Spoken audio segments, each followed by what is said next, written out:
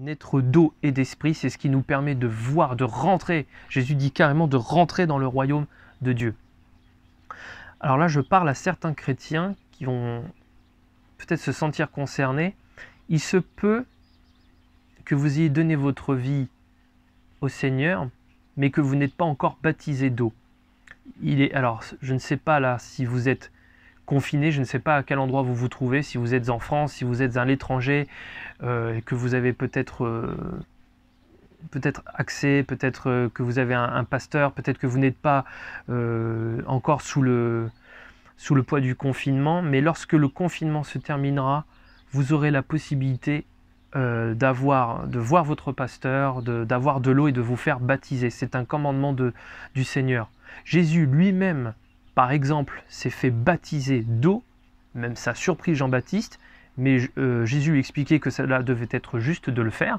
Donc Jésus a montré l'exemple. Donc vous aussi, si vous avez réellement donné votre cœur à Jésus, que vous voulez le suivre, que vous voulez être régénéré, être quelqu'un, vraiment un homme ou une femme nouvelle qui suit le Seigneur et qui veut voir sa vie transformée, qui veut avoir des révélations, vous devez aussi passer par le baptême d'eau. Il y en a qui écoutent et ils sont concernés. Le baptême d'eau est très important. Voilà, et de le faire publiquement. C'est aussi le témoignage extérieur d'une transformation de vie intérieure. Très important le baptême. Alors certains peuvent me rétorquer aussi que oui, mais le baptême d'eau, est-ce que c'est vraiment nécessaire? Quand on regarde Jésus lorsqu'il a été crucifié au milieu des deux brigands, il y en a un qui a demandé à aller avec Jésus, de le prendre avec lui, et Jésus lui a dit « tu seras au paradis avec moi ». Oui, mais quand on regarde le contexte, réfléchissons un peu, on se rend compte que le brigand, cloué sur une croix, je ne pense pas qu'il avait la possibilité d'être baptisé d'eau à ce moment-là. Et s'il avait eu la possibilité, il l'aurait fait. Mais là, il s'agissait d'un cas, on le voit, un cas d'urgence. Il est sur une croix. Et le Seigneur lui a accordé. Le Seigneur connaissait son cœur, mais il ne pouvait pas se faire baptiser d'eau à ce moment-là. Alors, le Seigneur connaît aussi votre cœur, et justement, il connaît votre cœur, et il sait si vous voulez obéir à sa parole. Et il est clair dans sa parole que celui qui n'est pas né d'eau et d'esprit ne peut entrer dans le royaume de Dieu, dans Jean chapitre 3. D'eau et d'esprit. Alors certains aussi vont me dire, oui, mais est-ce que le fait d'être baptisé d'eau va faire que je vais être quelqu'un absolument de nouveau, juste en étant plongé, immergé dans un liquide? Alors justement, le Seigneur dit, si un homme ne naît d'eau et d'esprit. Donc le fait juste d'être baptisé d'eau, si vous l'avez été à la naissance par exemple, non, je veux dire, vous n'êtes pas quelqu'un de transformé parce que vous n'avez pas été baptisé d'eau et d'esprit. Il s'agit vraiment d'un acte individuel, il s'agit d'une conviction, il s'agit d'une décision de suivre le Seigneur. Voilà, le baptême c'est très important, ce n'est pas uniquement un symbole, c'est une réalité spirituelle. Parce que lorsque vous êtes plongé, et c'est là qu'on voit que c'est une décision individuelle, une décision, une conversion, c'est lorsque vous êtes immergé dans le liquide, vous êtes enseveli avec Christ. Et lorsque vous sortez de l'eau, vous êtes ressuscité en Christ.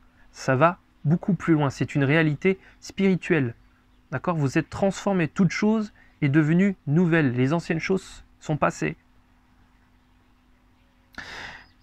Voilà. Le Seigneur vous a aimé depuis le commencement. On le lit dans Jérémie. Il vous aime tellement, Dieu vous aime tellement qu'il a donné son Fils unique, afin que quiconque croit en lui ne périsse pas, mais ait la vie éternelle. Donc si vous croyez en lui, vous croyez aussi en sa parole. Vous croyez aussi en sa parole. Et bien évidemment, vous allez me dire, d'accord, mais moi j'ai prié, j'ai demandé au Seigneur, j'ai demandé à Dieu de se révéler à moi, et j'ai pas eu encore cette révélation, je l'attends toujours. Je ne comprends pas pourquoi je ne suis pas lié. Alors Dieu veut vous expliquer quelque chose aussi. C'est que le baptême d'eau, le baptême du Saint-Esprit, le fait d'être rempli ne peut se faire que s'il y a eu repentance. La repentance, le fait de de se tourner complètement, de changer de mentalité, de changer de comportement. La repentance, c'est avoir conscience que par le péché, qui est en chacun de nous au début, comme le péché nous sépare de Dieu. Dieu ne peut pas vous bénir, le ciel ne peut pas être ouvert sur votre vie si vous n'avez pas décidé de changer. Si vous n'avez pas décidé, je ne sais pas qu'est-ce qui vous sépare de Dieu actuellement, je ne sais pas quel est le péché qui vous sépare, si c'est la colère pour certains, ça peut être aussi des relations sexuelles immorales, je ne sais pas, peut-être qu'il y a des choses qui font que vous êtes séparés de Dieu et vous ne comprenez pas pourquoi vous n'avez pas certaines révélations, pourquoi vous n'avez pas une intimité. Ce péché-là, ce qui empêche le Seigneur vraiment de se révéler aussi à vous, c'est le fait de ne pas vouloir changer de comportement. Parce que c'est cette repentance, le fait de comprendre ce que le Seigneur a fait sur la croix et d'avoir conscience que c'est ça qui vous sépare, et ben en décidant de changer, vous permettez à l'Esprit de Dieu d'agir. Il va rentrer dans votre vie. Donc n'oubliez pas, le ciel est ouvert. Soyez nés de nouveau, soyez remplis du Seigneur et vous verrez Dieu agir dans votre vie. Vous allez avoir de belles révélations. C'est une très bonne nouvelle, vous allez avoir de belles révélations. Vous allez avoir de grandes bénédictions. Une intimité, quelque chose de profond. Le Seigneur veut vous bénir. Donc si aujourd'hui, vous n'êtes peut-être pas né de nouveau, vous n'êtes pas un enfant de Dieu et vous voulez être sauvé, il reste peu de temps, je vous encourage, dans le calme, à vous tourner vers Jésus, que vous ne connaissez pas, et lui dire, voilà, tu connais ma vie, tu connais mes doutes, voici les circonstances, mais je veux vraiment prendre conscience de qui tu es. Je veux vraiment voir qui tu es. J'ai un cœur rempli pour toi. Je veux t'accueillir. Je veux changer. Je veux voir ma vie transformée. Je veux voir le ciel ouvert sur ma vie et recevoir de toi. Je veux être sauvé. Je veux changer. Montre-toi, moi, Jésus. Il est dit dans ta parole que nul ne vient au Père que par toi, que tu es le chemin, la vérité et la vie. Révèle-toi à moi, Jésus. Je ne te connais pas, révèle-toi à moi. Le Seigneur verra votre prière et il connaît déjà votre cœur. Il sait si vous avez le cœur endurci, peut-être par des traumatismes, des problèmes que vous avez pu subir, des choses peut-être affreuses. Mais le Seigneur tient à vous dire que ce n'est pas ça qui vous séparera de Dieu.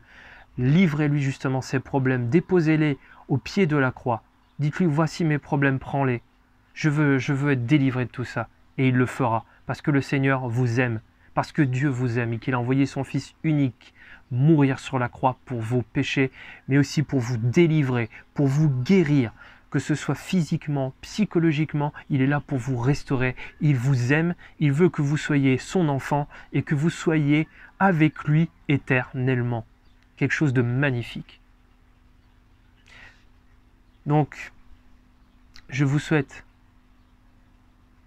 le meilleur, je vous souhaite de merveilleuses révélations, bénédictions, et que le Seigneur vienne se révéler à vous d'une manière particulière et que vous puissiez, vous si vous êtes déjà enfant de Dieu, que vous puissiez avoir une intimité beaucoup plus profonde avec lui. Le Seigneur est prêt à vous bénir et vous le dit aujourd'hui, le ciel est ouvert. Que Dieu vous bénisse et à bientôt.